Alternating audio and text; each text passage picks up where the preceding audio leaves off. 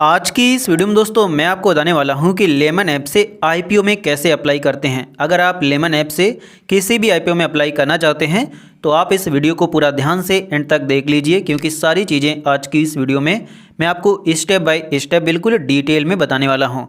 तो इसके लिए आपको अपना लेमन एप्लीकेशन ओपन करना है। उसके बाद आप नीचे आएंगे और यहाँ पर आपको आईपीओ का ऑप्शन दिख जाएगा और इसके ऊपर कुछ नंबर्स लिखे होंगे, तो उतने ही आईपीओ भी ओपन है। आप इतने आईपीओ में अगर अप्लाई करना चाहते हैं तो अप्लाई कर सकते हैं। तो सिंपली आपको यहाँ पर आईपीओ पर क्लिक करना है। जैसे ही आप इस पर क्लिक करेंगे तो यहाँ पर आपको इसकी सारी डिटेल्स देखने को मिल जाएगी। सबसे पहले यहाँ पर आपको प्रीवियस आईपीओस देखते हैं, मतलब जो अभी आईपीओ कुछ दिन पहले ओपन थे लेकिन अब वो क्लोज हो चुके हैं, तो उन आईपीओस को आप यहाँ पर देख सकते हैं। इसके बाद जब आप इसी में यहाँ पर नीचे आएंगे तो यहाँ पर आपको ओपन आईपीओस दिख जाएंगे और इनमें अगर आप इन्वेस्ट करना चाहते हैं तो यहीं से आप इन्वेस्ट कर सकते हैं। और इसके बाद टू बी अनाउंस्ड में यहाँ पर जो आईपीओ आपको देखते हैं ये भी कुछ दिनों में आने को है, मतलब ये जब ओपन होंगे तो आप उनमें अप्लाई कर पाएंगे। तो अब आप जिस भी आईपीओ में अप्लाई करना चाहते हैं उसके लिए आप ओपन आईपीओ के सेक्शन में आ जाएंगे और आप जिस आईपीओ में अप्लाई करना चाहते हैं उस आईपीओ पर क्लिक कर देंगे। जैसे ही आप उस पर क्लिक करोगे तो यहाँ पर आपको उसकी सारी डिटेल्स देखने को मिल जाएगी।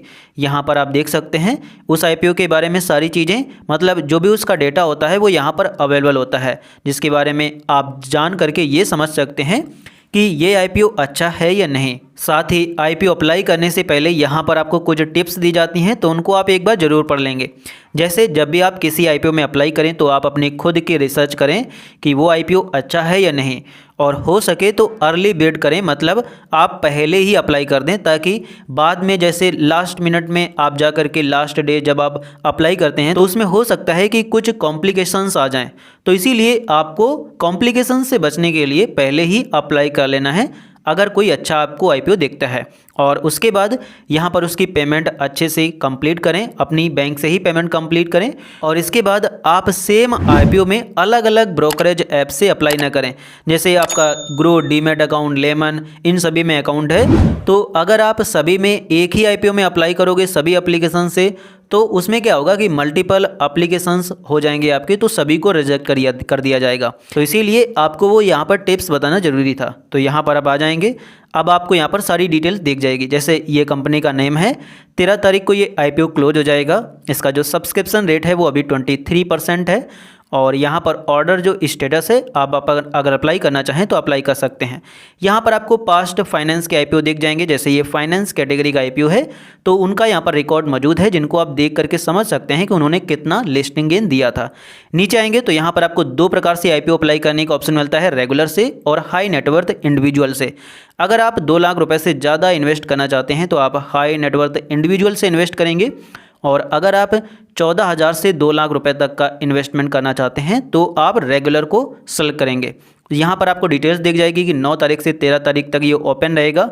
आप 253 रुपये से 266 रुपये के बीच में अप्लाई कर सकते हैं।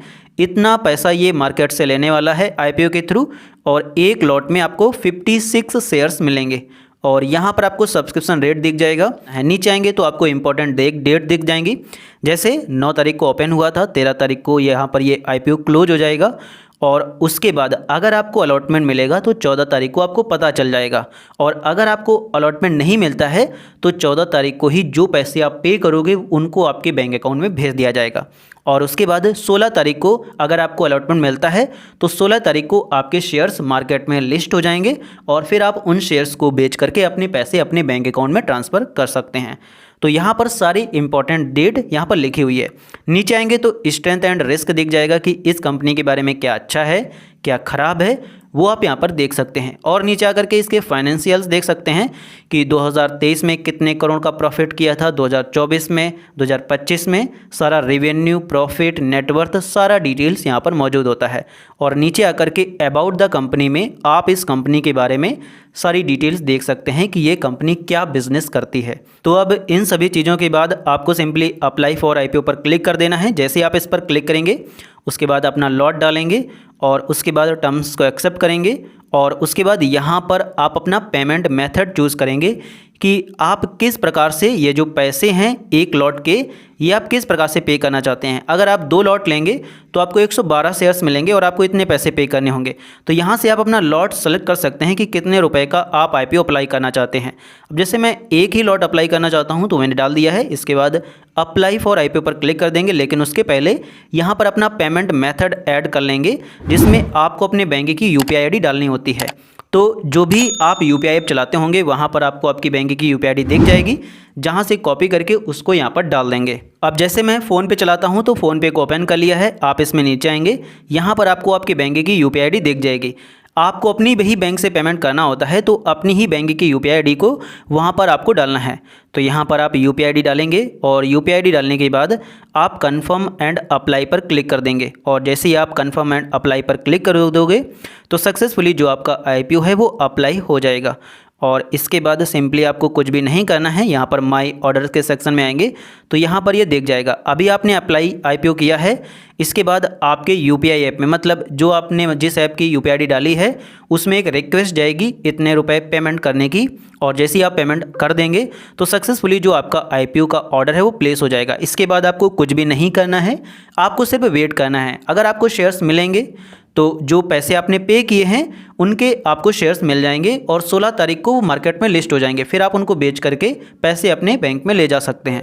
और इन केस अगर आपको शेयर्स नहीं मिलते हैं तो 14 तारीख को ही आपको पता चल जाएगा, और उसके बाद जो भी आपके पैसे होंगे उनको आपके बैंक अकाउंट में रिफंड कर दिया जाएगा। तो अभी यहाँ पर आप देख सकते हैं कि पेमेंट रिक्वेस्ट मेरे फ़ोनपे ऐप में आ गई है। सिंपली आप इस पर क्लिक करेंगे। जैसे ही आप इस पर क्लिक करेंगे तो यहाँ पर आपको दिख जाएगा कि ऑटो पे का रिक्वेस्ट है। तो सिंपली आपको यहाँ पर क्या करना है कि पे पर क्लिक कर देना है। जैसे ही आप पे पर क्लिक करोगे उसके बाद आपको यहाँ पर सेट ऑटो पे पर क्लिक कर देना है। और जैसे ही आप सेट ऑटो पे पर क्लिक करें उसके बाद आप अपनी बैंक का UPI पिन डाल देंगे। और जैसे ही आप UPI पिन डालने के बाद सही के बटन पर क्लिक करोगे तो सक्सेसफुली जो आपके ये पैसे हैं ये ऑटो पे पर सेट हो जाएंगे। और उसके बाद अगर आपको अलॉटमेंट मिलेगा तो ये पैसे आपकी बैंक से कट जाएंगे और वहाँ पर आपको शेयर्स मिल जाएंगे। और अगर आपको अलॉटमेंट नहीं मिलता है तो ये जो पैसे हैं ये फिर से आपके बैंक अकाउंट में रिफंड कर दिए जाएंगे। अब जैसे यहाँ पर आप देख सकते हैं कि मैंने पेमेंट को कंप्लीट कर दिया है, तो यहाँ पर ये दिख रहा है कि आपने UPI ऐप से अपनी पेमेंट को कंप्लीट कर दिया है। और इसके बाद जैसे ही अलॉटमेंट होगा तो आपको पता चल जाएगा कि शेयर्स मिले हैं या नहीं, और अगर नहीं मिलेंगे तो आपके पैसे रिफंड कर दिए जाएंगे। तो अगर दोस्तों आपको ये वीडियो पसंद आया हो तो वीडियो को लाइक जरूर कर देना। साथ ही अगर आपके मन में कोई क्वेश्चन हो तो आप हमसे कमेंट सेक्शन में पूछ सकते हैं।